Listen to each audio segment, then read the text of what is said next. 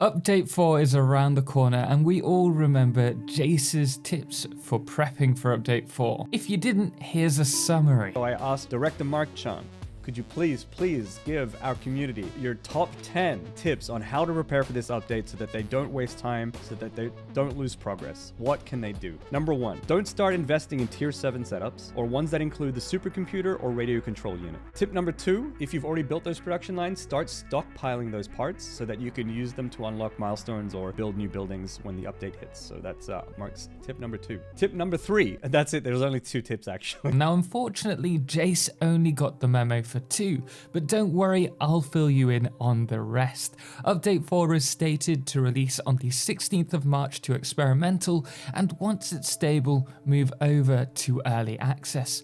And with us only having part of the picture of what Update 4 will be, there's only so much we can do to prepare for them. However, I think the following tips should give you the best approach. And do make sure to stay to the end as we'll be covering a bonus tip too. And if you feel I've missed anything, then do let me know in the comment section so that anyone else is able to see the suggestion.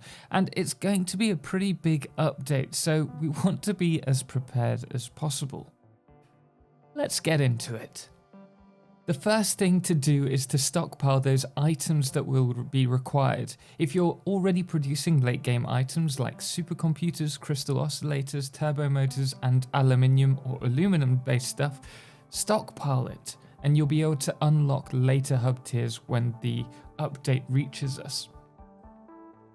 Another thing that you might want to do is keep up to date with the news. So 16th, as I've mentioned, is the release date for experimental, but we may have more information given to us before then in the form of their weekly dev streams, videos, and also their social media to help us prepare. So if you're not subscribed here, do make sure you do and click the bell, and I promise to let you know on any more interesting news that they give us.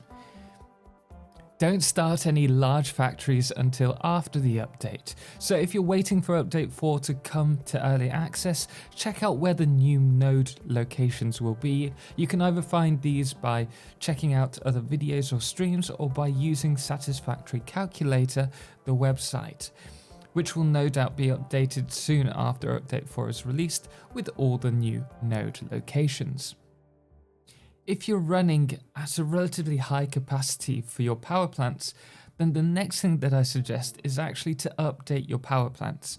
I also recommend splitting the power plants into 2, one that powers everything the power plants need in order to run so that it's self-sufficient, and the other half connected to the main factory.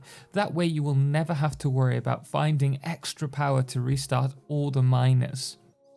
Whilst we're on the subject of power as well, build your power lines so that factories pull from a single main line and then keep them segmented. This will be great for when switches come to the game for Update 4, but also help your organization. And if you have a spider web of power lines, it'll make using switches or implementing them into your design very difficult without having to fix everything first. If you want to jump straight over to Update 4 when it's released to experimental, then make sure you have a save that's without mods. Another thing that Jace mentioned is that if you are going to be using the experimental branch, make sure that you back up your saves. You can do this quite easily by just copying the file and then changing the name. With unstable branches, such as the experimental branch, you can never be too safe. My next suggestion is to make space for power storage. Now we know we've got a way to store excess energy, and power is now not going to scale with use, but rather produce at full rate. So unless you're underclocking or turning various power plants on and off over time, you're going to want to make sure that you have power storage set up and you're going to make use of it. Thinking about power storage, what I'd probably do is place mine either near to the power plants or just before the main factory so that you can easily access the switches to turn the power storage on and off. If you've already hit nuclear in-game, connect your nuclear waste storage to a train station so that you can take the waste to a facility for recycling and processing into plutonium fuel rods. It'll be automated by trains, so you won't need to worry about radiation poisoning. And what I shall mention is, I'm just assuming that nuclear waste will be used in plutonium rod production, but it is based on science today, so use that as you wish. We've also got Fixmas presents from the Fixmas event, so use those quantum computers and superposition oscillators in your spare drop pods. Go collect the HDDs so that you can unlock the new alternative recipes as soon as possible to save rebuilding factories at a later date. Then of course there is the nuclear option. I'm not talking about power this time. Why not just start the game again?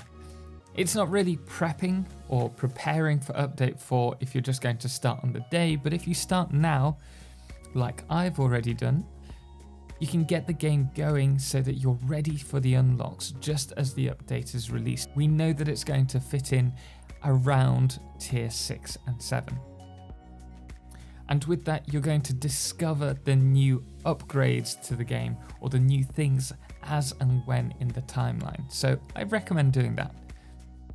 I'll place a link in the top right hand corner now if you'd like to see my Let's Play series as I start fresh for update 4, and don't forget to let me know in the comment section below what your favourite tip was for prepping for update 4 too.